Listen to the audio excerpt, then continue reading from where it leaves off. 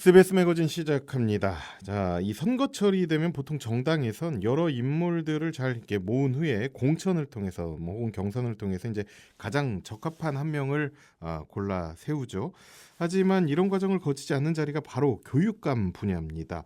법적으로 정당이 개입할 수 없는 그런 자리다 보니까 자칫 깜깜이 선거란 논란이 끊이질 않습니다. 그래서 그냥 뭐 번호대로 투표한다 이런 분들도 많고요. 사실상 교육감이 누가 나왔는지 모르는 경우도 허다합니다. 때문에 이 교육감 후보를 시민이 직접 공천하자는 단체가 광주에서 발족을 했는데요. 광주 민주 진보 시민 교육감 후보 시민공천위원회 안석 상임위원장과 자세한 얘기를 나눠봅니다. 위원장님 안녕하십니까? 네, 안녕하세요. 메리 크리스마스입니다. 네, 네 미리 메리 크리스마스입니다. 네. 자, 이런 그 이야기 하기 전에 크리스마스로 또 이렇게 기분을 업시키면서 하는 건 좋네요. 시사 프로그램에서. 자, 이름이 근데 꽤 길어요. 광주 민주진보 시민교육감 후보 시민공천위원회. 이거 어떤 단체죠? 네, 먼저 광주 시민들이 지난 6월 대통령 선거를 통해서 국민 주권 시대를 열었는데요. 네. 이제는 교육감 선거도 좀 바꿔보자.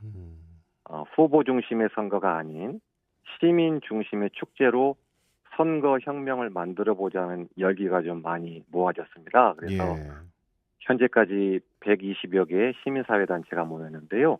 여기는 학부모 단체도 있고 마을 활동가분들도 계시고 교원단체도 있고 오. 또 뭐 저희가 잘 알고 있는 민주 시민 진보 여러 사회단체가 모였습니다. 그래서 지난 12월 4일 창립 총회를 열게 되었고요. 예.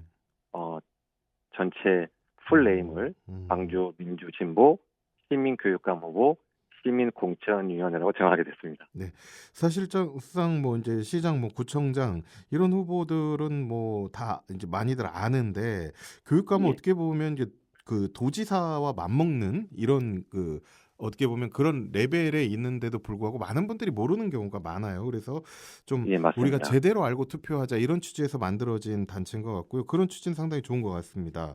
근데 네, 이제 네, 말씀해 주신 대로요. 예, 현재 선거법은 정당 공천제를 근거로 하고 있습니다. 네, 그런데 교육감 선거는 정당에 관여할 수 없는 약간의 어떤 틈이 있습니다. 그래서 예, 교육감 선거를 개인의 판단, 개인의 결정에 의존하기가 쉬운데요. 예, 이제 이런 교육감 선거의 선거제도의 미흡함 때문에 교육감 선거가 사적 결단의 영역으로 방치되고 있습니다. 그래서 네. 실패하게 되면 개인의 실패고 성공하게 되면 개인의 성공으로 오해하기 쉬운 것이 현실인데요. 예. 이제는 교육감이라는 자리가 공공의 행정 권력이기 때문에 사적인 권력으로 오용되거나 남용되지 않도록 이번에 저희가 선거혁명을 통해서 교육감은 공공의 행정 권력입니다. 광주 시민이 광주 교육의 주권을 반드시 회복하겠습니다. 라는 의지가 담겨 있습니다. 네. 그러니까 이제 그 시민 학부모의 물론 이제 학생들도 투표에 참여할 수 있다면 더 좋겠지만 학부모의 의견을 좀 대변하고 사적인 교육감 사적인 영역이 아니라 시민이 주인이 되는 주권을 갖는 교육 주권을 갖는 그런 공적인 영역으로 이제 그런 역할을 기대하면서 출범했다 이런 이야기 같은데 예. 이제 반드시 이제 이런 역할을 지선 6개월 앞두고 또 깜깜이 선거 사적 선거가 되지 않기 위해서 이런 역할을 하는 단체가 필요했다 그런 말씀이신 거죠? 네, 맞습니다. 그리고 네. 또 한 가지 말씀드리고 네네. 싶은 것은 저희 시민공천위원회는 예. 만 14세 이상이 참여할 수 있도록 열어놓았습니다. 예. 왜냐하면 선거법상으로는 만 18세 이상이 되어야 선거를 하지만 네. 사실 좋습니다. 교육감이라는 자리의 교육 행정은 네. 학생들과 긴밀히 관련되어 있지 않습니까? 그렇죠. 그래서 시민공천위원회에 학생들이 참여해서 교육감 후보를 시민이 공천할 수 있다라는 개념으로 저희가 함께 좋네요. 마음을 모았습니다. 그래서 보면 이제 중3 학생들 정도부터는 참여를 할 수가 있겠어요. 그래 자신의 의사를 확실히 표현할 수 있는 요즘 뭐 중학생, 초등학생 고학년만 돼도 자신의 의견이나 이런 걸 피력할 수 있고요. 또 네네, 어떤 맞습니다. 사람이 훌륭한 학생들이잖아요. 그럼요. 네, 우리 미래인데. 네, 네, 그래서 저희가 네, 어, 내년 선거일 기준 만 14세 이상이면 저희 아, 시민공천위원회에 네, 공천단으로 참여할 수 있고 네, 떳떳하게 네, 자기의 권리, 교육감을 음, 뽑을 권리를 행사할 수 있습니다. 우리 네, 학생들도 음. 많은 참여 바라겠습니다. 네. 근데 그동안 이런 그 뭐 직접 이제 참여할 수 있는 단체도 없었고 시민이 직접 뽑자 이런 움직임이 뭐 있었으나 그동안 뭐 계속해서 이런 형식으로 선거가 진행돼 왔는데 이런 선거 과정에서 이제 교육감이 당선이 됐고 지금 운영을 하고 있는데 광주 교육에 대한 그 평가 어떻게 하고 계십니까, 그럼? 네, 뭐 이제 현장의 이야기가 좀 중요할 것 같은데요. 네. 어, 광주에 현존하고 있는 3개 교원단체들의 평가서를 좀 살펴보면 네. 소통 부재라는 말씀들을 많이 하고 현 계십니다. 이정선 교육감의 소통 부재를 얘기하시는 건가요? 예, 그 네. 소통 부재는 이제 사실 교육 현장에 대한 볼 음. 이해와도 가까운데요. 예. 대표적인 것으로 예산 편성 자체를 현장의 교육 활동을 돕는 방식으로 지원돼야 되는데, 예.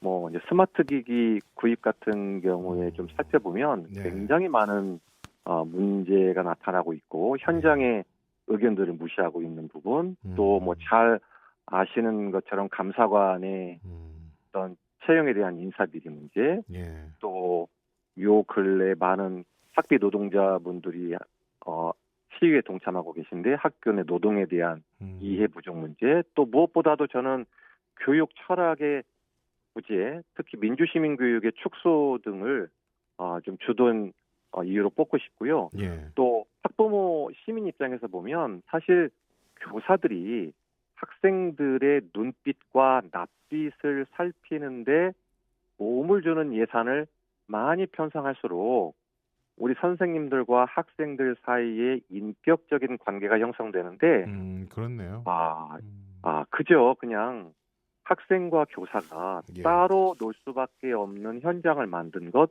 전 이 부분이 네.